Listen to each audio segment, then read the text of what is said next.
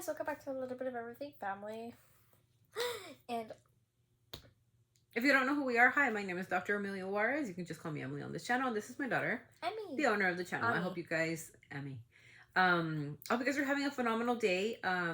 Again, we want to appreciate and send all our love to every single person who has subscribed to the channel.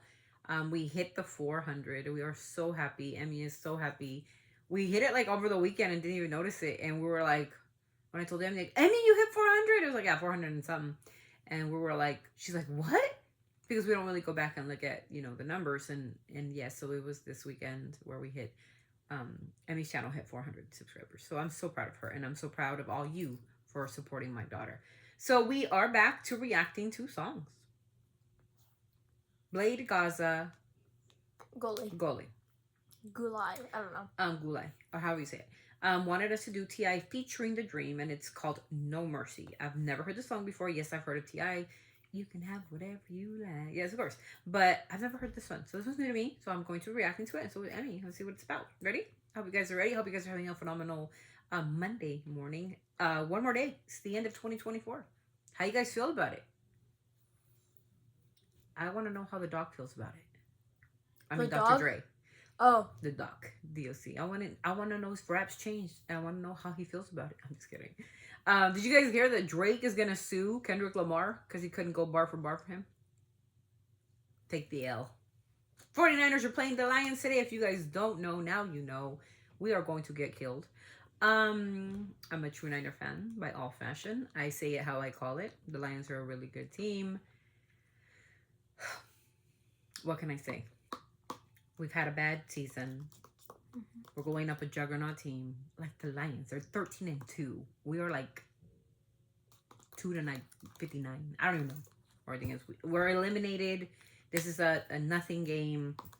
So I really don't care about it. Yeah, we're gonna lose. Hello. I still rock the 49ers. This is my 49er pillow. It says Dr. Juarez at the bottom. I still rock my 49er case. I still rock my 49er watches and bracelets and all that because I'm a true diehard Niner fan. Win, lose, or tie, red and gold until I die. And that's it. I've been a fan since I was like born. I don't know. I don't think so because I don't think I knew who the Niners were. But then like in the 80s, I did know because of Joe Montana, Jerry Rice, and Stevie Young. Anyways, the Juggernauts, the Willises, and all that. Now it's about Brock Purdy. BRB. I need to throw my trash away. She's gonna be right back. So yeah, so we're looking at Brock because I guess he has a contract extension coming up to see if we're keeping Brock or we're replacing him. I think we're gonna keep him. I think they're keeping Brock. I think he's a young man. He's a young buck, right? He's young, you know, and he might be having just a struggling year. You know, he has a lot of offensive issues, and I think if the management were to look at that offensively, look at the line, look at the O-line, the defense is phenomenal. But if you look at the O-line, you know, Brock is having some struggles. But we are looking at Brock, not me personally. I wish that I had some kind of say. I think Brock just doesn't take too many chances when it comes to, like, running that fourth and whatever. And I think that's where Kyle kind of, like, I don't know if it's Kyle's, like, the way he runs the ball. I don't know much about football. I actually do. But on that fourth down, when they're, like, 4-2 or, like, 4-3, I think Brock can run it in, except Kyle won't let him run it in. I think that's where Brock needs to, like, say, you know what, F you, Kyle. I'm going to run it because I need that first down, right? And I think that's where they're messing up in the red zone also. Like, not enough pressure being put on by the offensive line. You've got to protect your quarterback. That's the point. And a lot of people will say, like, oh, no, he sucks. He has a bad arm. He took him to the playoffs, and he took him to the Super Bowl. And you could say, like, oh, he has all his juggernauts. Well, if Mahomes didn't have all his juggernauts, is he going to do it all by himself? Thank you. No, he won't. If Sam Darnold from the Vikings didn't have Jefferson and the rest of the clan, you think he's going to run all the balls in? No. You need your players. You need your running backs. You need, you know, we needed McCaffrey. Well, he's kind of hurt. I love you, McCaffrey. Number one. He's hurt, and he's got to get better. Next year, Niners come back stronger than ever. They're going to come back with a force that is not known to be reckoned with. The Niners are known to be a very dominant team. And I believe in the Niners. I believe in them. I'm not a bandwagoner like, oh, well, we suck, so that's it. No. I have faith in my team. Faithful forever. I'm going to tattoo faithful one day on my arm. Because I believe in them. I believe in Brock. I believe in the defense. I believe that once everybody's healthy, you're going to see a different 49er team. And even now, when you have the weakest, we're at our weakest. We're not like 3-10. Do you know what I'm saying? We're like I think it's like 6-9. Yeah. So we're not like blown out of the water or something like, oh, like, you know, like the Raiders, or anything like that. You know, we're or the Panthers. You know, where they're like 3-11. I don't even know what their thing is. I don't even know. But we're gonna get healthy. We're gonna get out there. And we're gonna get better. So Glade, was it Glade? Yeah. Glade Gaza. Glade Gaza goalie Wanted us to do this, so here we go. Let's see what T.I. has to tell us. So we talked a little bit about the Niners. This is a little bit of everything family. I like to discuss things with you while Emmy went to the bathroom, threw something away, and came right back. Okay, here we go. Let's watch it. Oh. Sounds like interesting. That's T.I.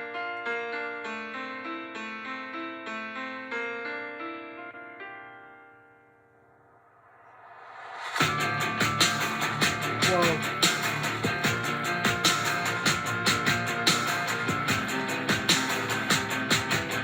Okay. There's no mercy for me. No crying myself to sleep. No mercy for me. Nightmares that become my dreams. No mercy for me. Good morning reality. Will I wake? We'll never know. I'm late for my day with destiny.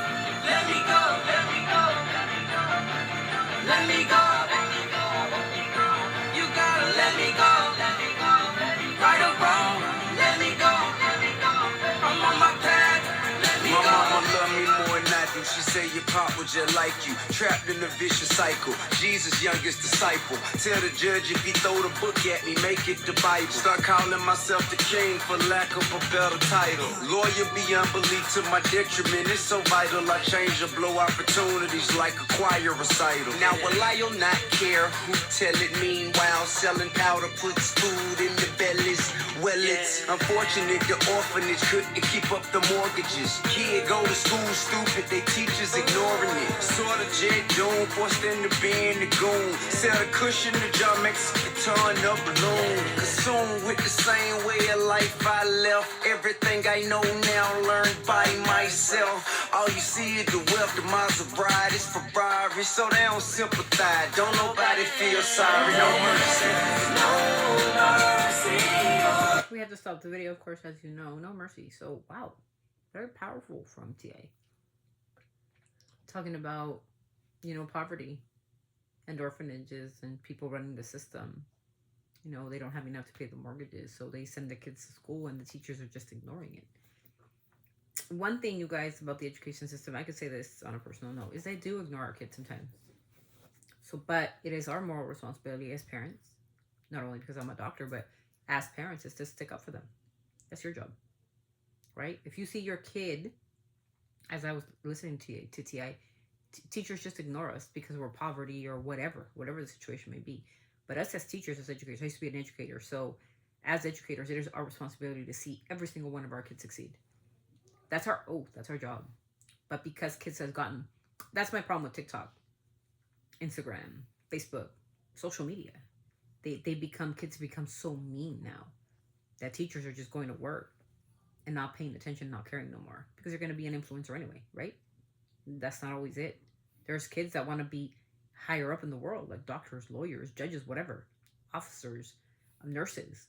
Not everybody wants to be a YouTuber. Not everybody wants to be an influencer, wear makeup all day, right? I don't wear makeup all day. No. They want to become architects, engineers. They want to change the world. They want to cure cancer, scientists. That's my dilemma was. Like, you know, anybody could be an influencer and put on makeup all day. That's an easy job. But what happens when all that shit goes down? TikTok goes down. Instagram goes down. When all that stuff disappears, what you got left? Because your influencer isn't going to freaking fix your heart problem when you get a heart attack, is it? Or are they? What about when you go to court and you get sued for something? Is the influencer going to be a lawyer who represents you?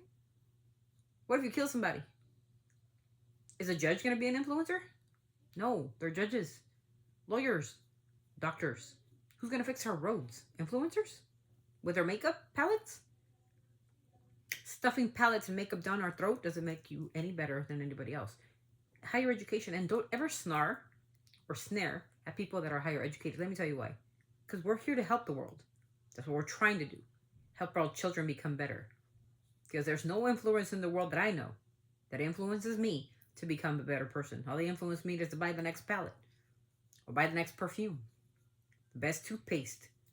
They influence me to buy things that I really don't need. If you see my room, you would understand what I'm saying. Okay?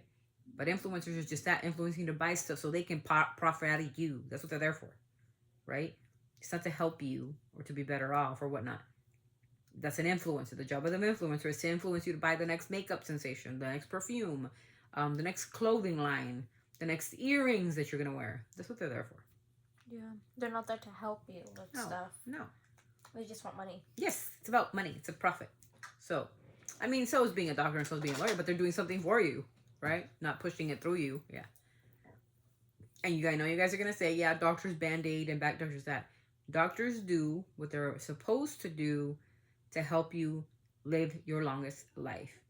The journey is difficult, you guys. It is for a doctor because we got to nitpick, discard every single thing wrong with you to find what is wrong with you. With me, it takes to this day, and I've been through many psychologists, doctors for my PTSD.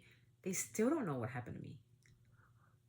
It's something that just happens. Now they give me different medications and this and that, but it's hard on doctors too because they know that you're suffering, they know that you're going through something, but they gotta figure out, go back to the chemistry, go back to the biological makeup of your brain to see what's going on. And if there's nothing there but a trauma, counseling is your best offer, right? Medication is your best thing just to kind of keep you calm and sedated.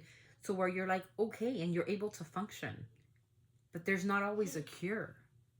Cures are coming, but they're slow because there's not enough money to go. But there's enough money for influencers to go around. There's enough money in social media, right? But we don't see that. Gotta see beyond that, right? Because social media is not going to cure cancer. Breast cancer, colon cancer, stomach cancer, ovarian cancer, brain cancer. It's not going to cure it. All you're going to do is put your story on social media and get likes. And I hope that helps out. Because to me, it doesn't. Here we go.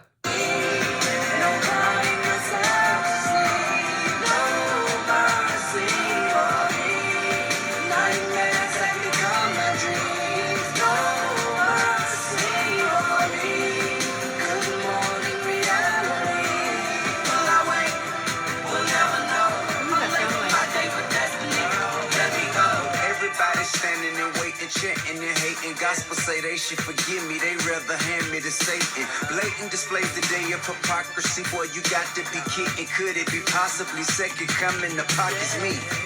Remember that when he was here, and when he died, you realize you need him here. God with me, partner, ain't no one for me to fear. Hindsight 2020, future not as clear. But I'm a rider till I die, put bullets between my eyes. I just ask I can make my peace with God and say goodbye. Fuck up the world like Lady Di on the day he died. His wife and sons and daughters know that every day he tried to be a better person. All they wanted better verses, they can market to the merchants. But when they close curtains, hey, you could be for certain ain't nobody perfect. But when you're rich, nobody give a shit. No mercy. No mercy for me. No crying myself to sleep. No mercy for me. Nightmares have become my dreams. No mercy for me. Good morning, reality. Will I wake? We'll never know. I'm late for my day with destiny. Let me go. You gotta let me go. Let me go. Let me go. Let me go. Let me go. Let me go. No mercy. Wow, he talks about God. He talks about religion. He talks That's a about, good song. it is. It's A very good wow. one. It's very powerful song. It talks about, how when we pray, what God did for us and came and died on the cross, and many people don't believe that, right? A lot of people don't believe it, but if you don't have faith in anything, then what do you have faith in? Yourself? there has to be a bigger and a better thing out there for us. And I know I'm not imposing a religion on anybody, you guys, but we got to know that there's something out there better. And, you know, we're going to go to our creator. Eventually, we'll have to cross that path into death. And nobody knows, because nobody's died and come back. I don't care how many people say, like, yeah, I died. Actually, did die.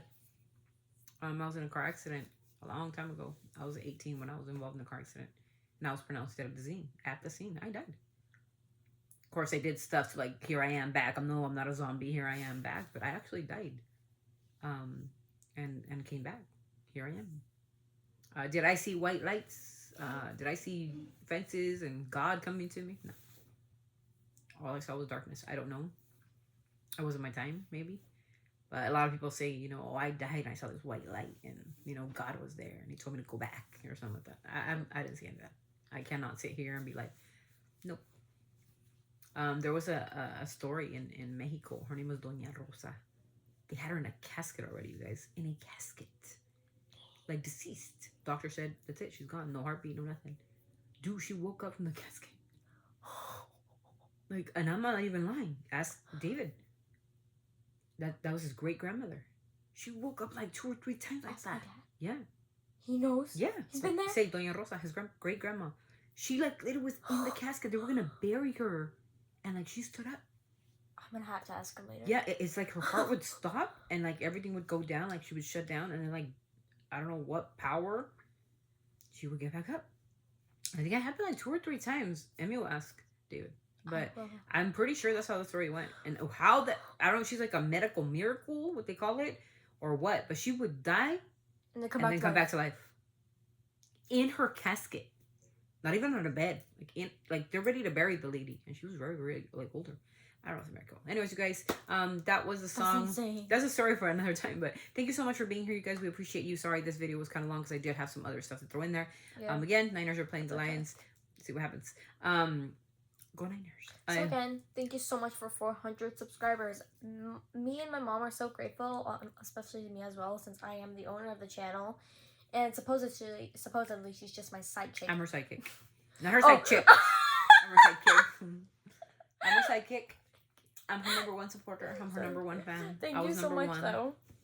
Yeah. So anyways, Emmy will send us off to the next video. Thanks.